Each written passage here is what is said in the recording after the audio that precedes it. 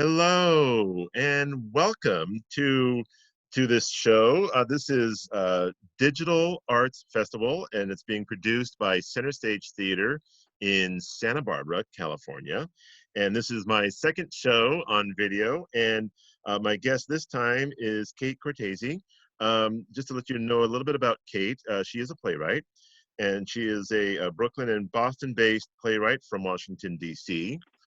Her play, Love, which tackles the hashtag #MeToo movement in a richly human, complicated way, had its world premiere at Marin Theatre Company this year. However, it had to shut down because of the lockdown and the coronavirus quarantine.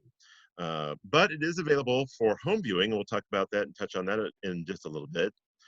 By the way, Love was directed by Mike Donahue. It was developed locally at the Ojai Playwrights Conference, and the staged reading was done this last October at Center Stage Theater here in Santa Barbara. And Kate's plays have earned various awards and have been seen at several festivals all over. And recently she's been commissioned by Playwrights Horizons and South Coast Rep, and you can also learn more about Kate on her website, katecortesi.com. That's KATECORTESI.com. And we'll give the website out a couple more times throughout the show. Welcome to the show, Kate. It's so glad I'm glad we got to talk with you. Thank you so much. Thank you for having me, Jim. I really appreciate it. How are you holding up? Oh, pretty good. Trying to deal with the sheltering in place and not being able to see anybody in person and having to do, everything like this, but, kind of moving on. We're trying to, keep going, I guess. How are you doing in the whole thing? I'm not a gifted homeschool teacher. We'll just put it that way. Oh, and I understand. Now, do you teach at NYU? I do teach at NYU, but the joke I just made was about me being a bad teacher to my children.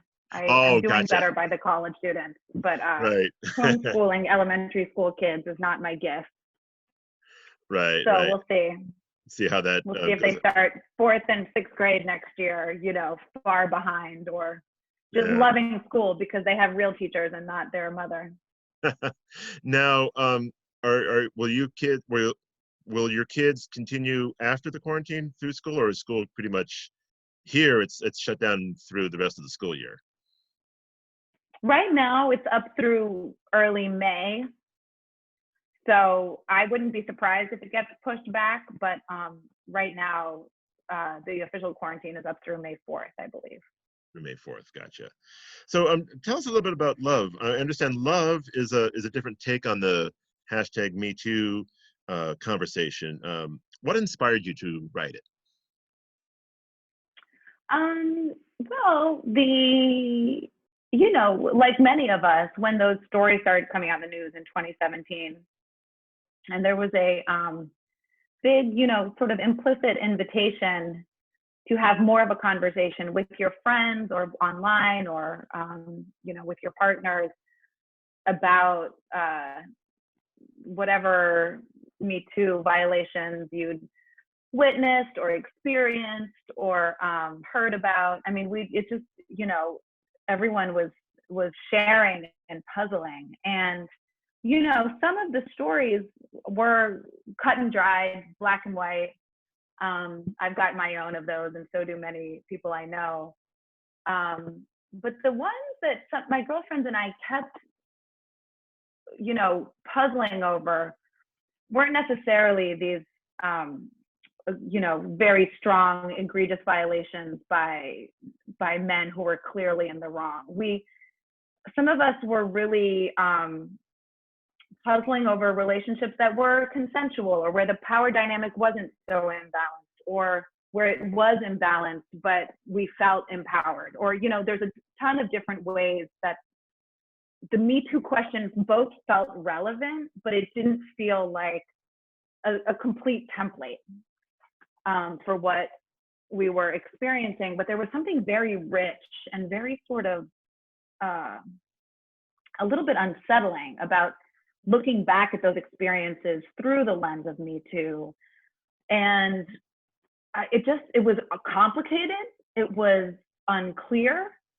It was sort of fascinating and, you know, a fairly universal experience. And so writing the play Love was actually an impulse to delve into one of those relationships that is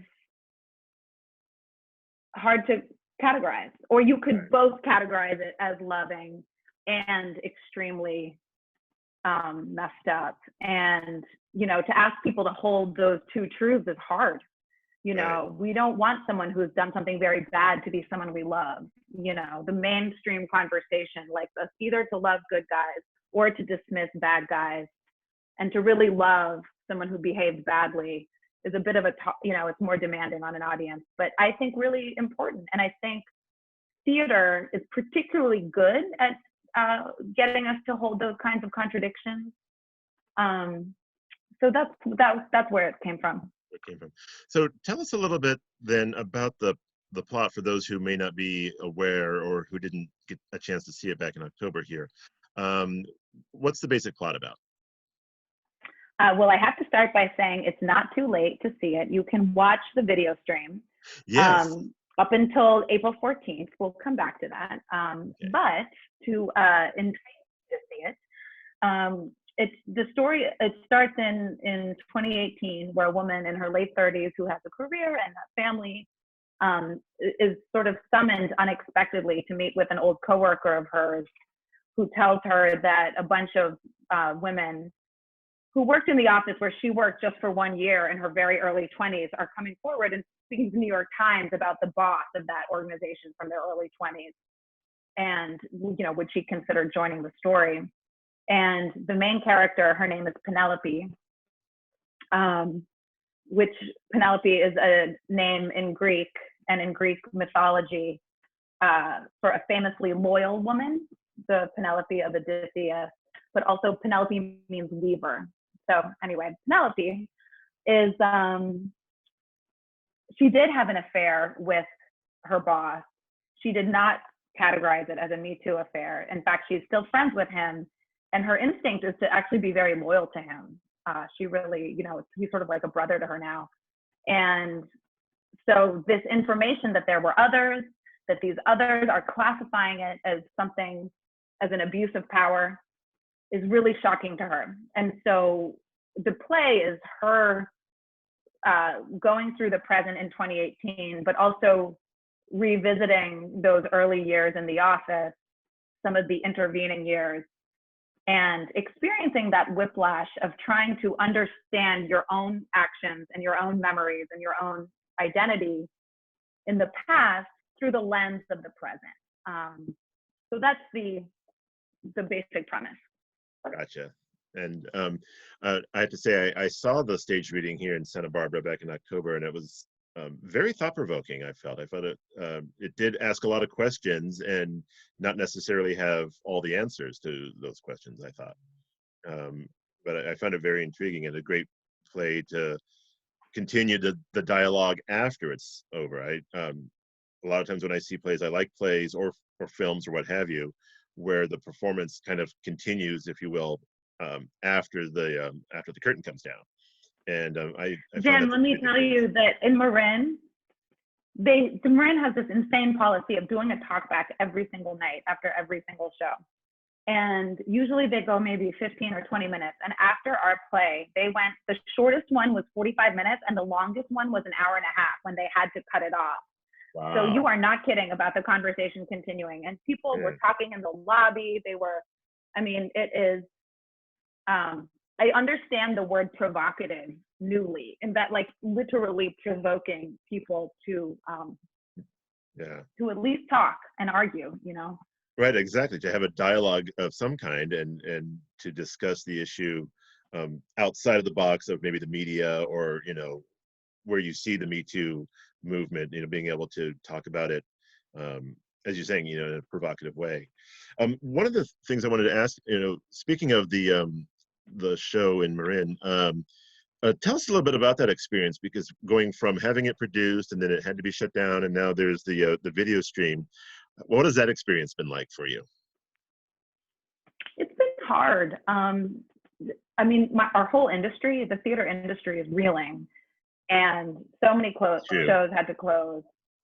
And you know, the reason I couldn't, I mean, I was devastated. It's very, very hard to hear that your show is closing after 6 performances. We had such a wonderful rehearsal process. The thing we made, we were all very proud of, and everybody who participated in our process, I think their work really got to shine. And so that work didn't get to live as long as we thought it would, for as many audience members as we thought it would. It's sad. It is sad. And you know, in the theater, you work so long to get your piece up on stage that when it finally has its yes, to hear the yes be turned into a no, it feels cruel and, you know, necessary. And nobody was questioning the theater's decision. We know these are things we have to do for the greater good, but it was really hard. But I couldn't feel sorry for myself for very long because everybody's show was closing. And so there was this tremendous community moment where we were all very sad and very shocked and reaching out to one another and, you know, empathizing with one another, crying together. There were a lot of late night phone calls that were, you know, we were commiserating together, which was sad, but also a gesture of love and community and solidarity. Yeah, oh, I can imagine. I know a lot of productions here in Santa Barbara experience the same thing, being shut down in the middle of the run. And, you know, for those watching who may not be in the theater industry or what have you, there is a lot of work, especially when you're starting with a show like yours that's brand new. And from the time you started writing it to finishing it to having it showcased and then having a full produce. I mean, there's so many hours and so much that goes into putting a play together. And so, yeah, I sympathize and empathize with you. I mean, that's just, and so many of my friends here had very similar experiences with shows that just all of a sudden, some shows that didn't even get up and never even opened because of the shutdown. Well, and this is part of the reason you stop feeling sorry for yourself, because suddenly you think, well, at least we got those 6 performances, you know, right. A packed house was riveted for 6 nights, and at least we got to connect. And at least we got to videotape it. You know, there aren't, you know, I can think of a handful of shows that got to live beyond the closing of the theater itself. And I will say, you know, theater is a live experience. It is meant to be live. It does not feel the same to watch it at home than it does in the room. And when I watched the video, I really missed the audience. I missed them so much. There was a lot of laughter. There's gasping. I mean, my heroine, Penelope, makes a couple of bad decisions. She does this one mean thing. She learns this one really sort of humiliating thing. And then she does this really bad decision in a moment where in most plays, the hero would make a better decision. It's an unusual turn. And the audience reactions in those 3 moments is priceless. I mean, they are collectively gasping. And it's not the same, you know, even if you're shocked at home watching the video, you're not feeling shocked with 200 other people. And, you know, the interplay between the actors on stage and the people in the audience, you know, when it's happening, it is rich and unique. And so, you know, video is a very imperfect copy of the real thing. But I feel really grateful to be able to share the copy and what it was able to capture, be able to spread that around the world. I feel really lucky to be able to share it. So yeah, tell us about the video streaming. How is that working? You mean how does it work if somebody wants to see it, or how did it come to be? Yeah. Well, yeah. How did it come to be, and then also how can people view it? Well, so it came to be because Jason Minadakis, the artistic director of Marin, acted quickly, and as soon as he realized he should close the show, he started talking to Equity, the actors union, and negotiated, and you know the designer union and stuff, and negotiated for the ability to video record, because under the contract that the actors are in for a stage production, the contract doesn't allow videotaping. That's a different fee, different legal or, you know, contractual arrangement. So Equity relaxed that arrangement so that it could be captured, run for a limited amount of time. There's a limited number of tickets that can be sold.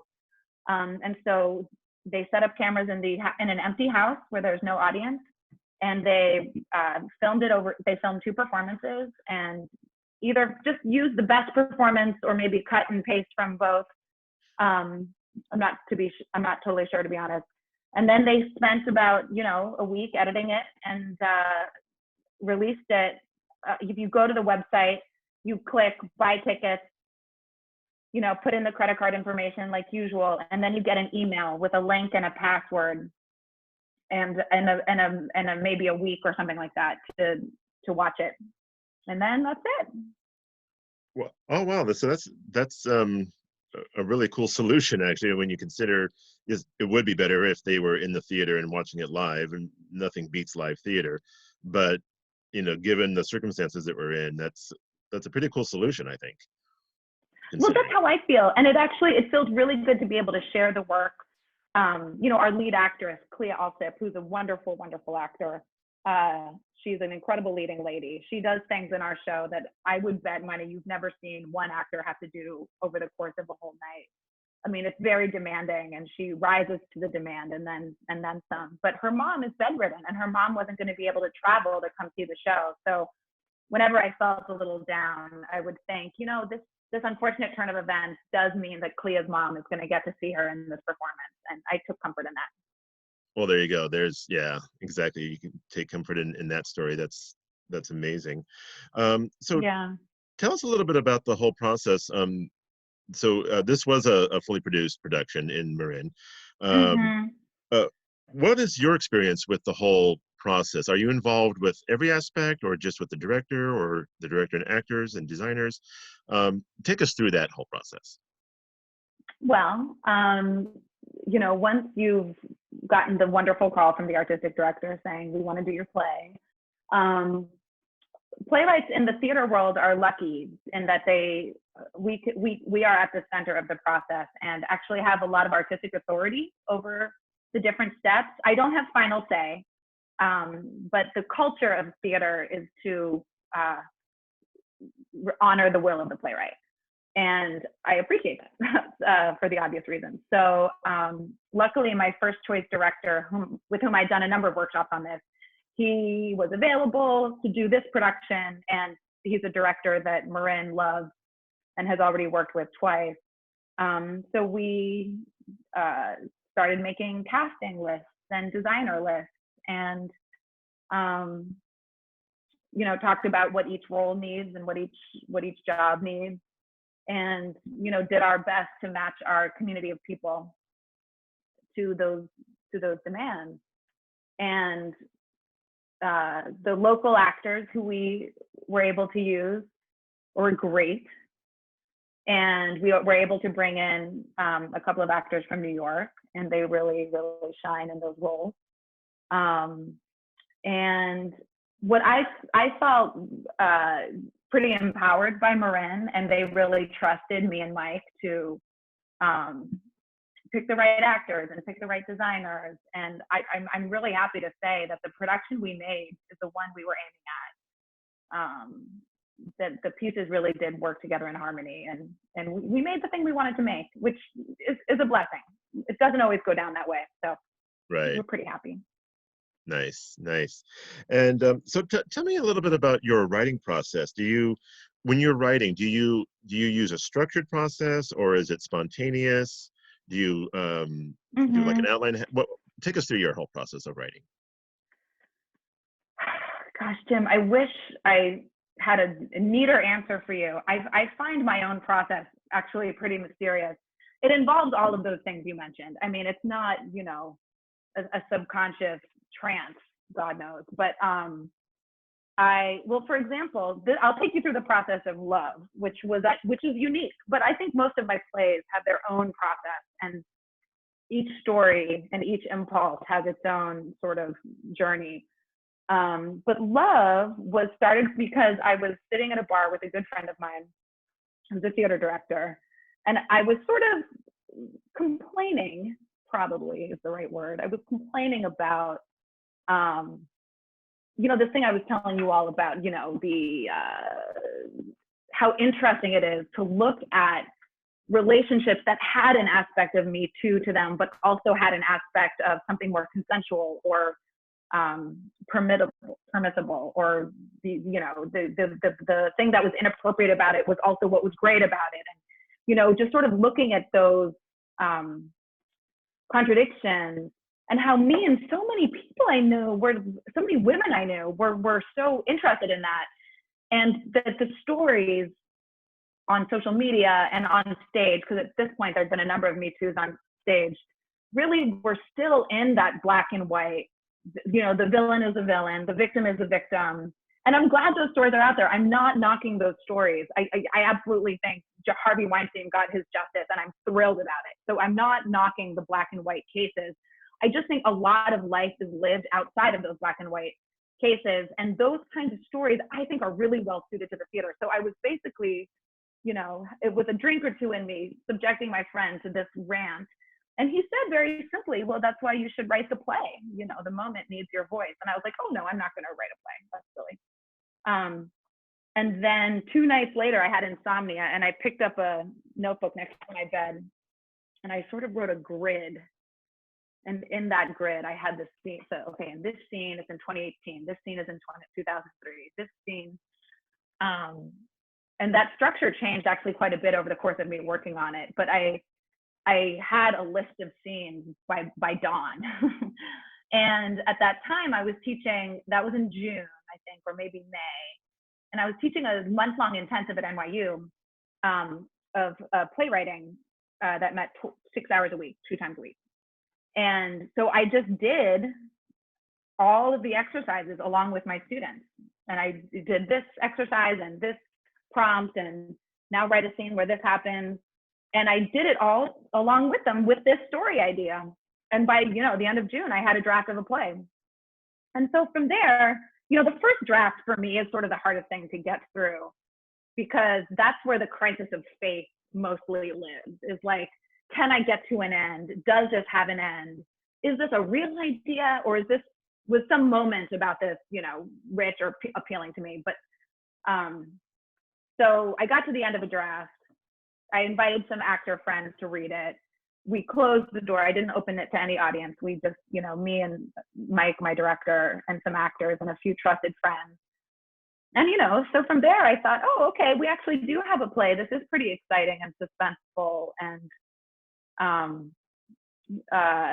then I basically kept doing that. So then I would do a revision, invite actors back, do another revision, including the one in Santa Barbara, including the one at Ojai.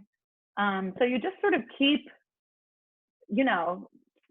moving it closer to the thing it wants to be, the thing you want it to be. And, do that a few times, and then, hopefully everybody gets off book, and there's lighting designers. And costumes. Yeah. And set. And an audience. Right, and an audience. Exactly. Wow. Well, that's amazing. That's truly amazing. How many times did it go through a workshop process? Do you remember how many times that happened between a handful? I would say 5 probably. Okay. And sometimes you use a workshop to hear the current draft, and you don't really mess with it a lot. Or you use it to you're just testing what happens to an audience. Are the jokes landing? Is the information confusing? The play jumps around in time a lot, and the people on stage all know each other. And so one of the things about this play is everyone on stage is ahead of the audience. Everybody on stage knows their history with each other. There's not a new person at work and you're orienting them to work, which orients the audience. There's no device of the newcomer to help the audience get caught up. So for me, a lot of the rewriting was actually, is the sexy stuff sexy? Is the suspenseful stuff suspenseful? Is the funny stuff funny? Which you need an audience to teach you all of those things. And are these little drips of information enough, or are they too much? How much do we need to tell them? so that they'll actually be able to pay attention to what I want them to pay attention to and not be confused about what year it is, or wait, is that your sister or your wife? You know, something like that. Right, So, right. Well, that's amazing. Sometimes you just go to the workshop to have the audience who doesn't know what you're trying to do, to see what they know and to see how they feel. See how they react. Wow, that's amazing. So let me ask you too then, during this time of shutdown and quarantine, are you writing or are you doing anything creative at home during this time, or what's happening on that end? It's a weird question. Not because you asked it, but because of how strange this quarantine is. I've had a few moments of sublime creativity, especially if I'm able to get up before the rest of my family and the house is quiet and the cats are running around. And I recently read a few of my friend's poems, and then I put her book down. I put down her book of poetry, and I started writing in my notebook on a new play. And so I have had some moments of really feeling like a writer and the joy of being a writer. Those moments have been pretty few and far between. I feel, there's a bunch of freelance and there's some other projects I have to get going along, which are not exactly in a creative stage. So I have a sort of long to-do list of tasks, which feel like time-consuming work, but it also doesn't really feel that rewarding. And so that's the frustration I'm struggling with, along with probably many of the people who are listening to this. Certainly not unique to me. And I don't mind being home with the kids and the husband. I think I married the right guy, and I had some pretty nice kids, and we're doing okay. But that's good. Also a weird social experiment. No, it's a big relief. It's nice to think, oh, okay, great, this all worked out. But this is also a weird social It is dynamic. weird. It is, yes, It is. Do you think you might write a play or a screenplay about this experience with the quarantine? Does that seem like it would be something down the road? I have no idea. I mean, the experience. I mean, I wrote Love in pretty much direct reaction to a current headline, but the real quest of the play was investigating something 15 years old. And so if I write about this quarantine, I think it's going to take me a long time to understand what I have to say about it. I don't have anything to say about it right now. I'm living it. Sure. I don't know what this is. Yeah. Funny enough, so after I wrote Love got a lot of attention, and I'm grateful for that. And it's a very topical play, obviously. And so I was feeling sort of tempted to write another very topical play. And that temptation to write something topical felt not a little dirty, but like kind of a little cynical, or something like, oh, that writing a topical Me Too play went really well. So what other things do you have to say about that's current? And Kate Cortesi has I don't know, some other topical issue play. And so in a sort of rebellious instinct to not repeat that successful formula, I decided to write a play that is not topical and it's not overtly political. And funny enough, and so I wrote a draft of that in the beginning of this year, maybe in January. And then it turns out it's about a girl who's never been outside. It's a play set in a kind of apocalyptic future. And it's a play about a girl who's lived her whole life in quarantine. And so I very coincidentally have this play that's not about COVID-19 at all. But it is about who this person is who lives inside, and a stranger comes into her home, and she meets a new person for the first time ever. By any chance, anyway. Is it called Rapunzel? No kidding. I'm kidding. No, but it is. No, but it's a fairy. No, but it is. It has a fairy tale. There's stuff about Rapunzel in my notebook because it's. Oh, okay. It has a fairy tale, and you know what else? There's a Little Mermaid aspect to it. So it has it has some it's haunted by fairy tale mythology, I would say, or sort of sprinkled with it. And it's about fantasy, and it's about the life-saving power of where our minds go when our physical reality is disappointing. Yeah. And how life-saving that is to a young woman, actually. It's really about the power of female fantasy, hence the fairy tale, Aspect. sort of, it's sort of a very twisted summer romance story in a way. Oh, well, we'll have to look forward to that coming out sometime in the future. That sounds really intriguing. Future, yes. Yeah. Now, but anyway, I find it funny that I set out to not write about this, and then I'm like, oh, I funnily enough started writing a COVID-19 play before I even knew what that was. Right. Well, maybe you're predicting the future a little bit, or maybe you were. Oh, yeah. I know. Well, let me put that play down then and write something a little more. Write something about people outside and future. outside in the summertime and in the meadows. Yeah. Or I'll write a universal healthcare play. There you go. That'd be perfect. Speaking of plays, I understand. Do you have something coming up in the fall that is hopefully going to take place? Hopefully, yes, I do. There's a pop-up theater company called The Pool, and it was started by 3 friends of mine a few years ago. 3 playwrights who produced each other's plays in rep in New York. And after their shows went up and down, they passed this model and this name on to us, me, Emily Zemba, and Brenda Withers. And so we are The Pool 2020. And my play is going to be produced, knock on wood, as part of that season. And it's called Is Edward Snowden Single? It's a comedy, and I think we will be definitely ready for some laughs when this is over. And that's a 2-hander. In that play, 2 best friends are trying to jointly tell a story to the audience, and they can't quite agree on what the story is. But there's a lot of different characters in their story, so they have to do the different voices and the accents and impersonate the different. They need about 18 people to tell this story, and so they have to become those different 18 people. And they, it's very silly and fun until it becomes quite intense and dramatic.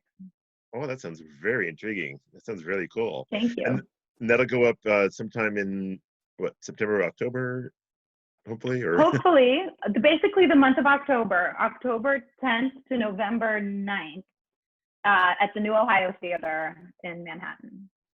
So please pray for us in the fall. Yes, pray for all the plays. Yeah, pray for theater and live performance in general. Absolutely. Oh my God, all the bands. Mm-hmm. Musicians, the dancers, the theater, and that's part of the reason. Artists.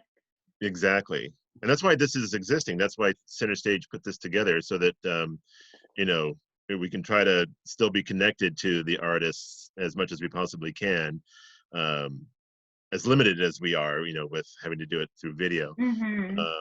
But yeah, that's the whole purpose of this, is to try to stay connected, and so that when we emerge. Well, we appreciate it. Sure. Yeah. Thanks, absolutely. Jim. That's been my pleasure, and this has been a great conversation. Thank you so much, Kate. And I think we have to probably wrap it up here. But before we do, I just want to remind everybody of Kate's website, which is katecortesi.com. That's Kate, and then CORTESI.com. Check out her website and see what she's all about.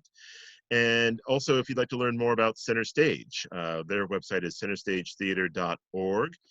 And again, Center Stage Theater, all one word, .org. And go check them out as well. And Kate, thank you so much for taking time out and letting us delve into your world a little bit. And thank you so much. Thank you for your time and for your interest. I really, really appreciate it. Stay safe out there. You too. Stay safe and stay healthy. And hopefully we'll see you out here in Santa Barbara again soon. I would love it. I had a blast last time, so I'm just waiting to be invited back. Awesome. Well, thanks again, and thanks everybody for watching. And we will see you next time, probably, hopefully tomorrow. I'm Jim Sirianni, and for Center Stage Theater, thanks for watching. Oh.